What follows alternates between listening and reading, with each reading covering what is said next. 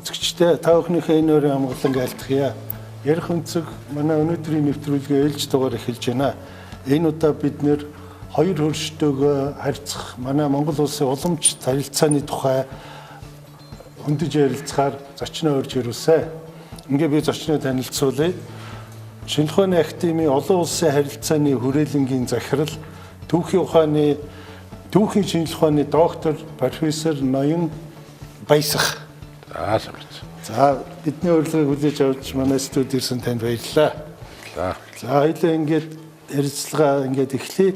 Миний эхний асуулт юу байх вэ гэхээр ер нь одоо манай энэ гурван улс манай улсын хоёр хөрштөөгөө харилцаа одоо ямар түүхтэй хизээнээс эхэлтэй. Тэгэхээр их сайн манай Монгол улс бол өөрөө нэг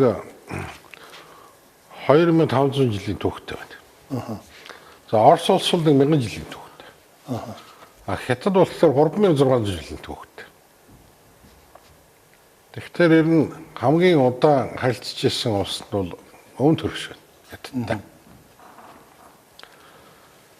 Тэгэхээр Хятад улс бол 24 төр солигдсон байдгийг түүхэнд.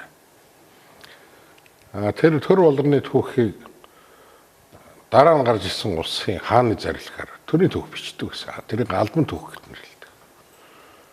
Тэгэхээр Хятадын албан төрийн түүхэн дотроос Монголын хаадын зарилгаар бичигдсэн бас түүх байна. Алтан улсын түүх байна. Хятад улсын түүх байна. Гэдэг шиг ийм сонин юмнууд бий. За тэгээд Оростой бол бид нар 1000 жилийн харилцаатай байж. Тэгээд бид бол дунд цэцний үед нэг хүчрхэг багтаа 1206 оноос 1480 он хүртэл Монгол инх төр гэдэг төр байгуулсан. Тэрийг олон улсд болохоор Пакс Монголика гэдэг. Пакс гэдэг нь латин үг. Намон гэсэн үг. Нам доктортой гэсэн үг. Өөрөөр хэлбэл энэ үед 380 жил бол Монгол улс бол энэ хоёрыгаа бол захирж хийж байна. За тэгээд дараа нь юу болсон ганд мэдчихэж шүү дээ. Ерөөсөө хэд чи хаан төр солигдоод 1644 онд манж нар Бээжинд тариачны бослон гарангууд Хятадын хаан манжаас бослод орж ирэхийг хүссэн байдаг. Тэгээд 1644 Бээжинд орж Бээжин эслээд авсан манж. Тэгэн гутаа өөрийнхөө улсыг байгуулсан. Тэр улсаа Чин гэд нэрлэсэн. Манайх манчин улс гэдэг. Чин гэдэг нь тунлаг гэсэн үг юм л да. Тэгээ нэгэнтээ нийслэлийн авчингууд тэр чинь өөрийнхөө төрийг ноёрхлоод багтаацсан. Тэрнтэйгээ 1911 он хүртэл үргэлжилсэн. Тэр хооронд монголчууд 1630 онд өвөр Монгол нь манжи харианд орсон. 1691 онд л халах орсон. За тэгээд 18 дугаар зууны дунд үед л одоо баруун Монгол 100 гарын улс бас тагаар орсон байдаг. Тэгээ 1911 онд Хятад цагаагчингах ажил хөвсгөл гарсан. Тэгээ тэрийг Шинхай гимн гэдэг. Тэр нь цагаагчингахаа гэж бэлгийн тоолтын нэр. Тэгээ Монголын ноёдууд 10 оноос богд хаан дээр ирж ирсэн байна. За өмнө газар самандагдлаа. Бид язгуур ясаа сэргээ гэдэг тусгаад тогтлоо сэргээ гэдэг асуудал ярьсан. Тэгэхээр язгуур ясаа сэргээн гээд богдыгаа хүрээсэн. Богд тэрэн дотроос бол нэг ноёдуудын нөлөө өгөхий Чимээ ханд орж тэрийг хаант Орос руу явуулсан байдаг. За ингээд өмнө газрын саманд дэглээ. Бид язгуур ясаа сэргэлээ. Биднийг дэмжих үү. Тэгээд одоо зэвсэг эдгээр авахар гэрээ байгуулсан.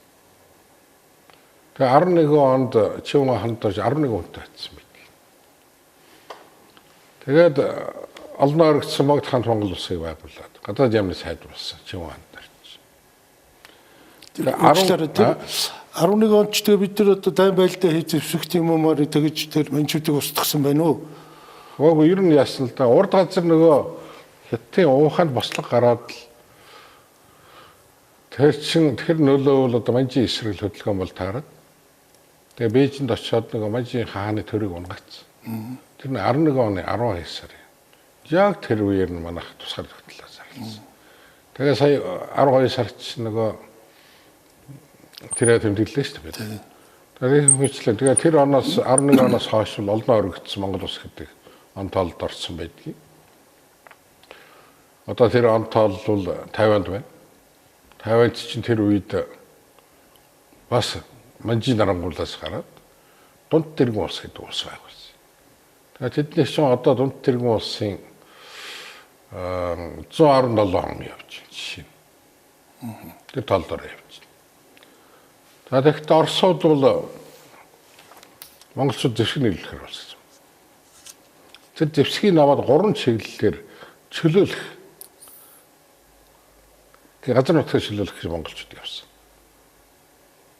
Тэгээд өөр Монголын 49 гишүүний бараг ихэнх нь тул гарын хувийн дээр ирсэн. Богд хаантай нэгжээ гэдэг бичгээ барьсан байсан. Тэгсэн 12 онд Орос хятад 2 гэрээ хийсэн байт.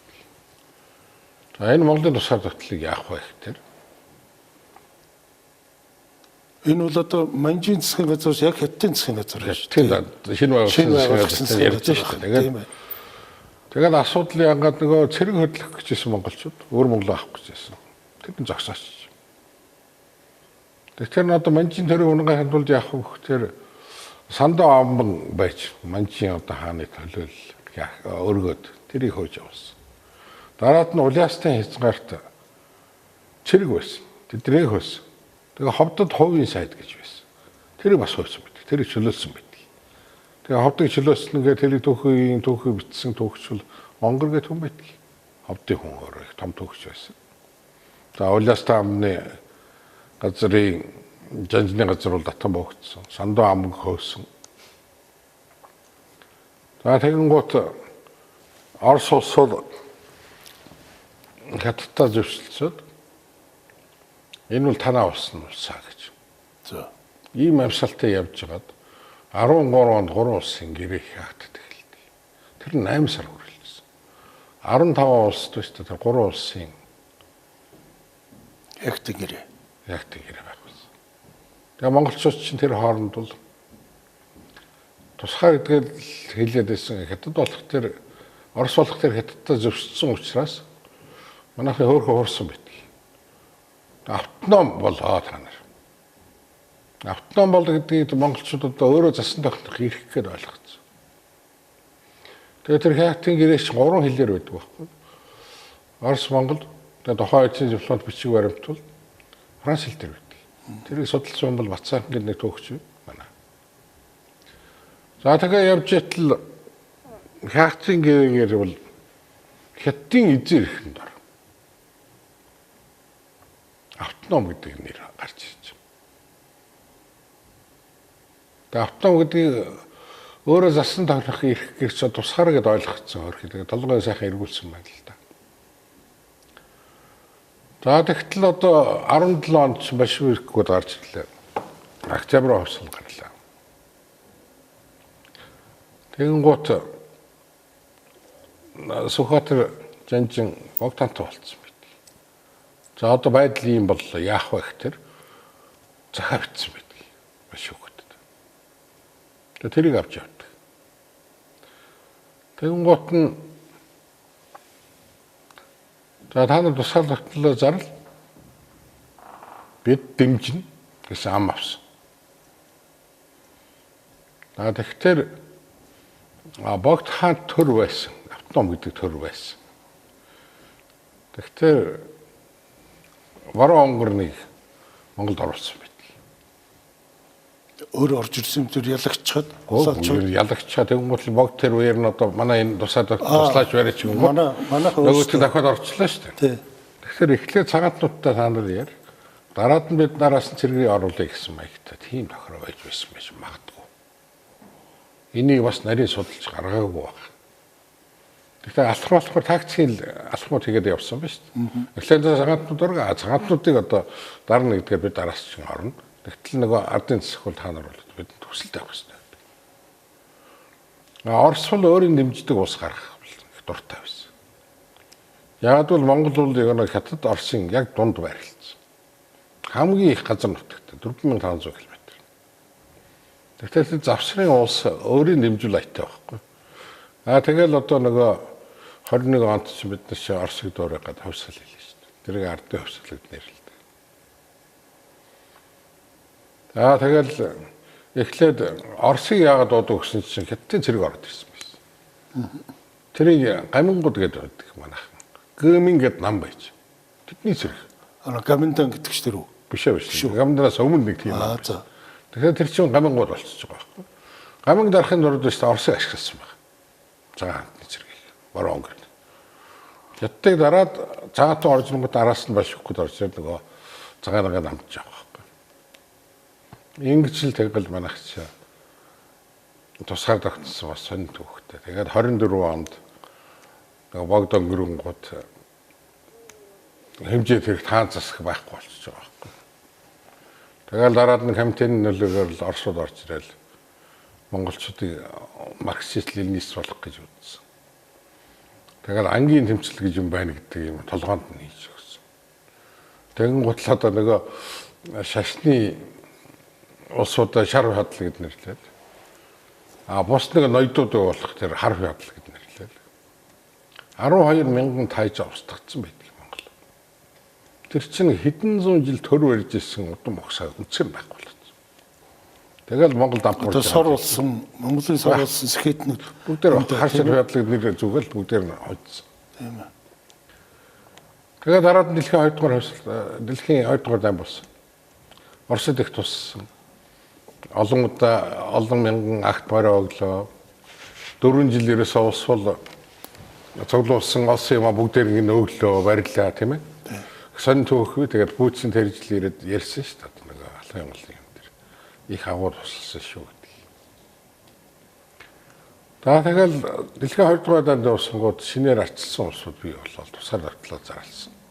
Тэрэн дотор одоо 49 онд Дунд тэргийн улсыг бол унгаагаад Маозедон гарчсан. Бүдэн хятад тус байгуулагдсан. Бүдэн хятад тусад байгуулагдаад социализмын замаар замнаагаад анхны 5 жилийн төлөвлөгөө нэг сайн бүтсэн. Тэгэн гут Оросууд ер нь нэлээд шахаж ирсэн юм шиг байна.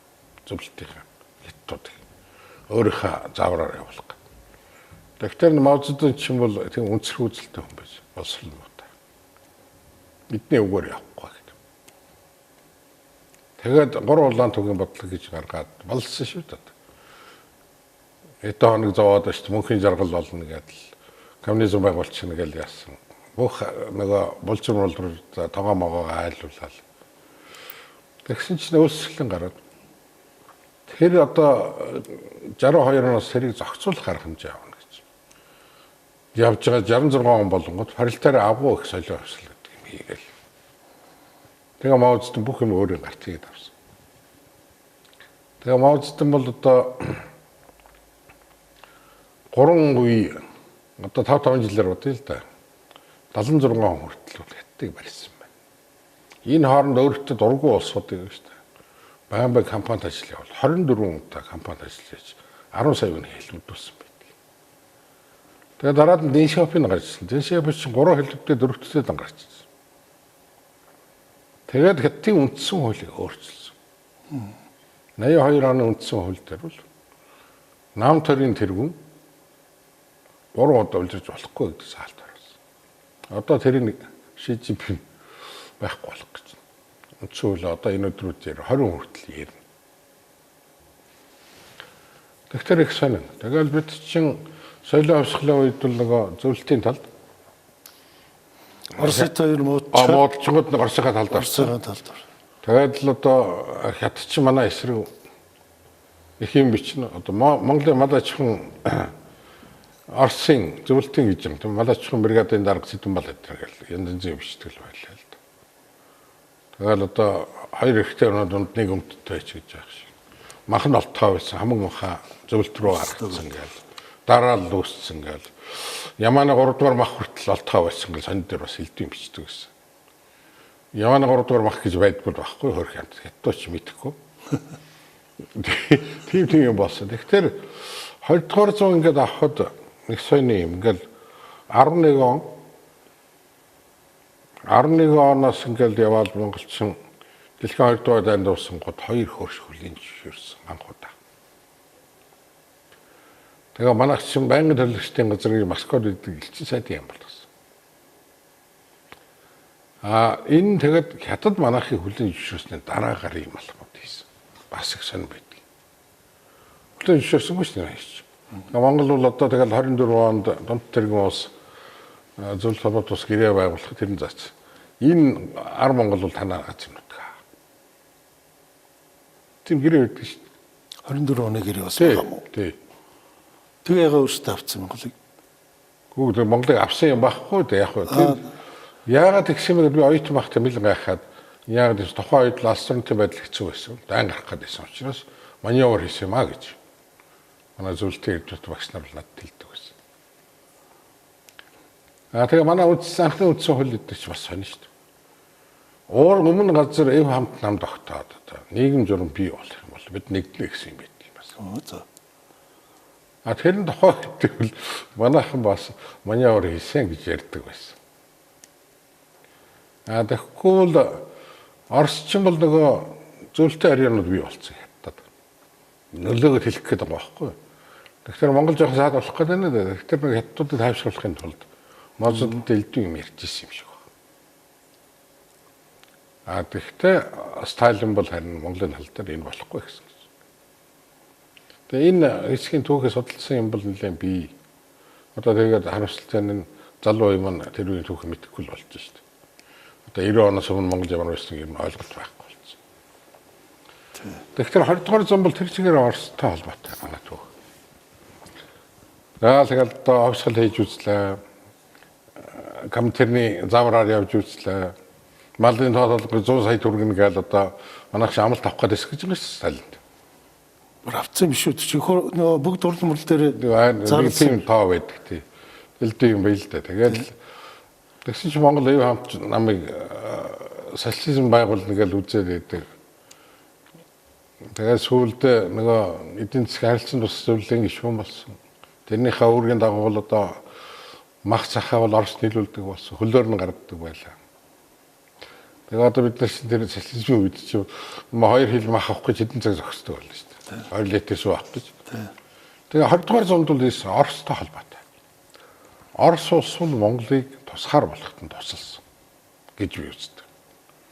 Тэгэл бичиг үсгтэй болгож өгсөн. За одоо элдвийн эрүүл мэндийг л хөгжүүлж өгсөн. Болсоор л өөр болсон. Тэгсэн хятад чинь одоо 85 оноос хойш дөрвөн шинжилгээ бодлого гэж явууллаа шүү дээ. Тэгээ хөл дээр боссон.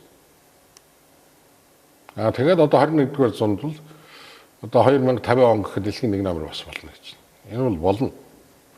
Одоо энэ Ши Цзиньпин нэг намын энэ айхтар бодлогын юмд л хүрнэ. Тэгэхдээ хятадууд одоо асуудаг намайг мэргэжилтний хувьд. Бид нар дэлхийн нэг номер улсууд болчихвол дэлхийн лидер болж чадах гэж байна. Одоо Америкт адилхан тийм дэлхийн лидер болж чадахгүй. Та нар чадахгүй гэдэг. Яагаад гэхээр одоо Америк бол англиар ярьж байна. Дэлхийн тал нь англиар ярьж байна. Хятадлэр дэлхийн тал нь ярьдаг болсон үед та нар дэлхийн лидер боллоо гэж ойлгох хэрэгтэй. Одоо хүртэл та нар бичиг үсгээ халж чадаагүй шүү дээ. Одоо нэг бичиг үсгүүдийн тоо 80% байсан. Одоо багасч чинь гэж ярьж. Багасч чинь бас тодорхой тоо баг. Одоо миллиард 300 хүнээс чинь 80% нь бичиг үсэхгүй бол тэгэл бүр хэцүү үдтэй.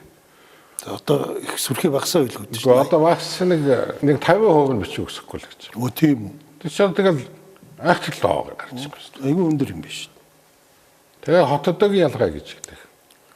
Баруун хойд ят болох тэрвэл хацаагцсан. Тэдний хөгдөд нь хөгжлөө шинжээ мэнжээ тий. Одоо тий. Тэдний хөгжлөө шүү дээ. IQ нөгөө бус нутгаас баг. Хоолунд нь доос байдаг гинэ тэр чинь. Одоо тэр чинь нөгөө бамбатай яодгүй болох тэр бамбатай болдог юм шүү дээ. Тэрнтэй адилхан бас нэг тийм юмнууд байна. Хятад гэхдээ шийдэх асуудал их бий. Хотодогийн ялгаа гэж их байна. Одоо тэгээд нөгөө гол авч явдаг тариачд нь шүү дээ. Өдөө орнуудтайгаа тогтхоо байсан. Төв рүү тэмэлдэг болсон. Төв рүү очих тэр очсон улсууд чинь нэг хэсэг бүртгэлгүй байдаг юм байна.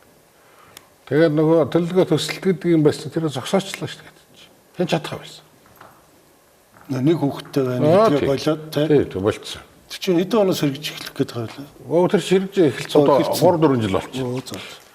Тэгэхээр чи хатчин жилдээ биш тэр 14-өөс тэр төлөвлөгөө төсөлтийн үеэр л нэг гал нэг хүүхэдтэйгээр 14 саяар өсдөг үрждэг юм. Тэгэхээр хаттын сонин тоо бий. Минутанд 33 хүн хүүхэдтэй 11 хүн төрдөг гэсэн. Тэгсэн мөртөр өсөд байдаг. Одоо өсгөлүүд байхгүй шүү дээ. Шопинаас хойш байхгүй болсон. 3 удаа холтоо болцсон. Мөр бүтэн болсон. Хүнсний асуудал шийд. Тэгэхээр нэг сонин дүр зураг байна. Манай хойд хөршил жоохон богинохон төвхтэй. Нөгөөх нь их удаан төвхтэй. Бид бол яг дунд нь голыг барьсан байна. Би нэг олон нийтийн сүлжийн дээр сонсч ирсэн юм аа. Энэ дэлхийн 2-р дайнд манайх ч нөгөө энэ Японд зарлаад оролцоход энэ алдагц одоо энэ өвөр Монголыгаа өөртөө нэгтгэн гэсэн тийм одоо Сталины үгийг бараг автсан байсан юм шүү. Тэгээд орсон гэж. Гайгүй ер нь тэр үед л ер нь бол маршал чоо болсон бол өвөр Монголыг нэгтгэх гэсэн бодолтой байсан баг. Тэгээд чадаа тэрэнд хурц чадаагүй тэрэндээ харамсдаг байсан гэж готордог байсан. Тэгээд 49 онд Үдэн хятад тусгыг байгуулахдаа манайх 45 хоног хилийг нээсэн шүү дээ. Тэр хооронд нэг хэсэг улсууд бол говийн нутгаар зүүн зүгээр л орж ирсэн Монголд. Ер нь тэр том газар нутгийг хятадууд өгчгүй байхaltaй угаасаа. Тий зүгээр л одоо гол манайч орн байна шүү дээ. Тий Монгол үсэж байгаа юм байна хөрх юм нэг тийм бол байхгүй. Хятад ч юм бол одоо бодлого найхтай шүү дээ. Одоо тэгээд 2006 онд улс орны газар нутгийн бүрэн бүтээлийн байдлын төлөөг нь хууль гаргацсан. Тэрэндээ бол заацсан. Тайван бол манай нутгаа гэж. Бид нь дипломат аргаар нэгтгэхийг бодсон болохгүй зөвшөө хэрэглэнэгэд оролцсон байна шүү дээ. Хууль нь байна. Тэгээд хятад яагаад том болоо гэдэг маань үеийн хаан засгийн эзэрхий төрөнгийн бодлого байсан байна. Багуугаар л нутгаад хэлээд байсан байна. Энэ бид нэр одоо миний үеийнх ялангуяа за энэс хойшгч болчлоо. Энэ хятад үндэстэн хятад улсыг нэг үзэн ядах юу бүр одоо бидэнд шингэчихжээ. Энэ одоо хизээнээс улбаатай хэдвэ? Ээж яг тэгээд соёлын хавсгалын үетэй бас хамаатай. Соёлын хавсгалын үе гэдэг чинь 66-аас 76. Тэрнээс өмнө бол ер нь Монгол хүн хятад хүний амьдрах ёсны өөр юм л да. Бод сэтгэж байгаа ч өөр. Хятад нэг үг байдаг. Ууланд гарахт амархан буух хэцүү гэж. Манайхан эсрэгээр эзэн ууланд гарах хэцүү. Амархан гэж. Хэцүү гэж ярьж байгаа шүү дээ. Буух бол амархан юм бодоод байна шүү дээ. Бууна гэдэг нь их явдал байна шүү дээ. Тэр чинь ойл гараа битэж болно янз бол хятад эсрэгээр боддог. Монгол хүний бодсноос 360 градусаар өөр бодно гэж л ойлгох шүү дээ. Оросын энэ нөлөө энэ ятуудыг үзэн ядуулах энэ юу Оросын би энэ зөвлөлтсгийн одоо бодлого гэж боддоо шүү дээ. Энэ үгүй тэр чинь яг манжийн үед л бид нар дарангуул нь оронгууд л дург болохгүй. Тэгээд тэр чинь 250 жил манж хоёр үндэстэн шал хоёр өөр.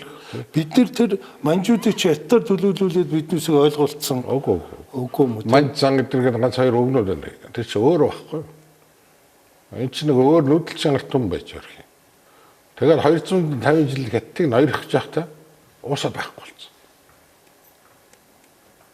Их хэлэнч байхгүй, бичиг нь монгол бичгийг дуурайсан бичгтэй байдаг шүү дээ. Тэгээд одоо нэг манжийн хооч үеигээ Шибо манжнар гэдэг байдаг 80,000. Бичиг байдаг. Одоо энэ тийм манжурын энэ нутгаарч байна. Одоо газар тарцсан л да. Тэд нар тэгээ хят болцсон байхгүй. Өөрхнөө хэл усаа мартаал. Тэгэл 8 тугийн сэрэг гэж байж 8 тугийн сэрэг хүн болгон биш тэ сэрэг нь хүртэл ноён болцсон. Доороо хятад барлагтай зарцтай. Тэгээ манж ихнэр төрж чадахгүй гэсэн бас үг байдаг. Цус нь ортсон. Ихнэрээ айсан гэрээр 2 аймаг байсан. Цус нь ортоод тэгээ монгол хэлэнд үг байдаг. Манж ихнэр үүл мэдэхгүй, ойдл мэдэхгүй. Манж ихнэр үр олдгүй гэсэн. Тэр нь янз бүрээр л өчсөн байдаг. Тэр яг цус хавтаад одурчлын өвчин бий болоод тэгээ өрчгөө болсон юм гэж. Тэгээ манжийн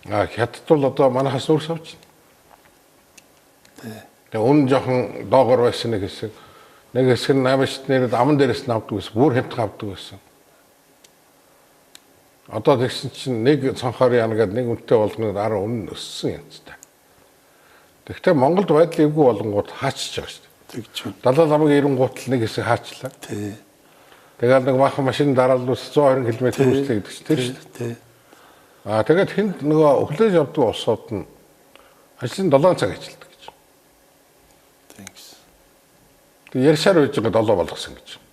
Гэхдээ тэр одоо 24 цаг ажиллах гэдэг чинь монголчууд 24 цаг л тэнд дараалал үүсгэж байгаа л шүү дээ. Асуудал их бий. Тэгэхээр Оросууд ер нь монголчуудтай нэг хэсэг ойр байсан гэдгээр бол монголчуудтай их найрсаг хэвээр. Хэвээр. Тэг хэвээр. Тэгээд хятад хүнтэй бол монгол хүнтэй ойр байж чадахгүй тийм. Ярьдаг хөрдөг нь таарахгүй байна. Та түрүүнд дурдаад өнгөрсөндөө энэ хаттын коммунист намын их хурл яг одоо болж штэ. Энэ үндсэн хуулийг өөрчлөх гэдэг штэ. Энэ нөгөө хоёр удаагаас илүү сонгож болохгүй гэж уртсах гэдэг штэ тийм ээ. Тэгэхээр Ши Цзиньпинээ үлдээ гэсэн сонирхол их байна. Энэ хүн бол энэ бодлого нь үргэлжлэнэ гэж бодож байгаа.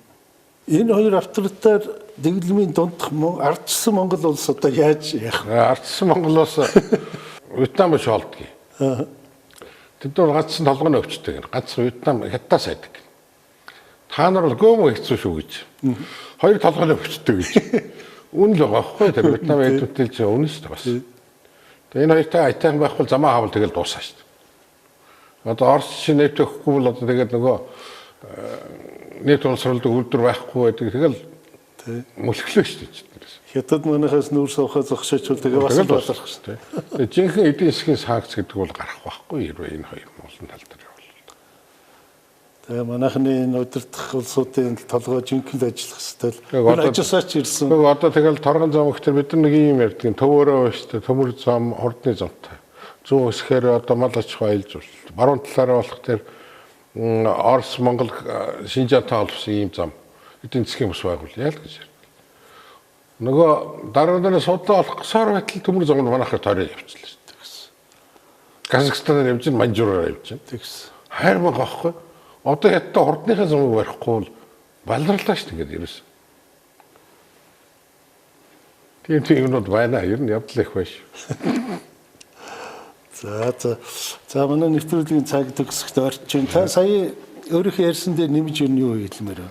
Яг хөө тэгээд танаа телевизүүлэх гоё нэртэй юм Oron гэж. Тэгээд өгдөж одоо ганц бахархал өгдөөсөөс үлдээс энийг хорл байна. Харамсалтай нь газар нутг нь хомгцсаар байж байгаад ингээд багасцсан дэлгэсэн ямар тэрлэг шүү гэдэг блэ. Нэг тиймэрхүү тал талаас нь зулгаач нэг тийм л юутай. Бид бол ч Монгол улсын хувьд бол хамгийн таас. 160 байхгүй гэдэг л байна шүү дээ. Ер нь бол хүний дундч нас бол одоо 68 хүрж байгаа боловч ер нь 60 наслан гэдэг нь их том асуудал. Тэгэхээр 60 жилийн төлөө хүн амьд явахдаа нэг л юм үлдэх хэрэгтэй байхгүй. Энэ их улс орондоо ядтаа нэг вайшин бариад үлдэх ч юм уу. Хэдэн сайхан үр хөвгтэй үлдээгээд нутг усаа дахаа. Ингээд л явал одоо дор дороо чадах юмар л дэвчихгүй л манай улс бол жоохон хэцүү байдалтай л болж байна. Нэг улсууд нэг үйлдвэрээ барьцаалал мөнгө идчихдэг. Тэгээд одоо үзүр нь хаана мань олддоггүй гэх мэтлэн явдал их байна. Хоёр солонгос ч сая нэлээд дээд хэмжээнд уулзаад ингээд одоо хойд солонгосын дарга Америкийн нэгдсэн улсын ерөнхийлөгчтэй уулзахаар гэж байна. Энэ одоо яг юу болох гэдэг вэ? Тэгэхээр нэг хойд солонгос бол төмөн зөрчгээр хөөцлөөр хамаг мөнгө гаргацсан. Өөртөө бас хоригтой байгаа шүү дээ. Тэгээд биш одоо зогсохгүй тийм чинь галтраа хөдөлж байгаа учраас. Зогсол бүр болдорно шүү дээ. Тийм учраас энэ ч юм бол одоо эцнэрээ явж л байна. Тэгээ энэ хоёр солонгосчин 53 оноос хойш салцсан. Ах トゥ нар нь хойд солонгостой байгаа байхгүй. Тэгээ илгэн сад нь байна. Тийм учраас л эдгээр бол нийлэх нь ойлгомжтой. Нийлнэ гэдгийг өмнө солонгос л ярьдаг. хойдвол нь ярьдаг. Одоо тэгсэн чинь энэ Ким Жон Унаас чинь сони юм ярил. Өнцөлгсөн ерөнхийлөгчд уулзсан. Тэгээд Трамптай уулзъя гэдэг юм саналаа тавьчихсан. Трамп 4 сар төлөж яваа гэж. Холбоо нь ус байгуулах гэдэг юм ярьж эхэлж байна. Конфедерац байгуулна гэж. Тэгээд нэгдсэн парламенттай болно гэж. Тэгэхээр агц гарах гээд байна. Цөмийн зүсэхгүй болох талаар юм ярьж байгаа. Тэгэхээр энэ хоёр солонгос бие биендээ хайртай. Энэ далбанд ингээд нэгдээд авах сонирхолтой. Нэгтгэхдээ цөмийн зүсгтэй бол аюулгүй зүйлийг шүү орно боллоо шүү дээ. Тэгэхээр бас хоёр сонин тал байгаа биз. Тэгэхээр Герман шиг шууд нэгтгэгчдэр нөгөө өмнөх нь амьдрал болчихсон шүү дээ. Одоо тэгэхгүй конфедерац маягаар ингэж явж байгаа. Нэг тодорхой 20-30 жилийн дараа нэг амьдрал нь жигдээд ирэнгуут нийлэх нь. Тэр үедээ цөмийн зүсгтэй бол тэгэл тийм замаар явах гэж байгаа. Ер нь нэг солонгосны дотор бодол нь тийм байгаа болов уу гэж бодож байгаа би. За баярлалаа. Манай нэвтрүүлгийн цаг дуусч байна. Бидний урилгыг хүлээж авч ирж сонирхолтой ярилцлага хийж өгсөн танд баярлалаа. Баярлалаа.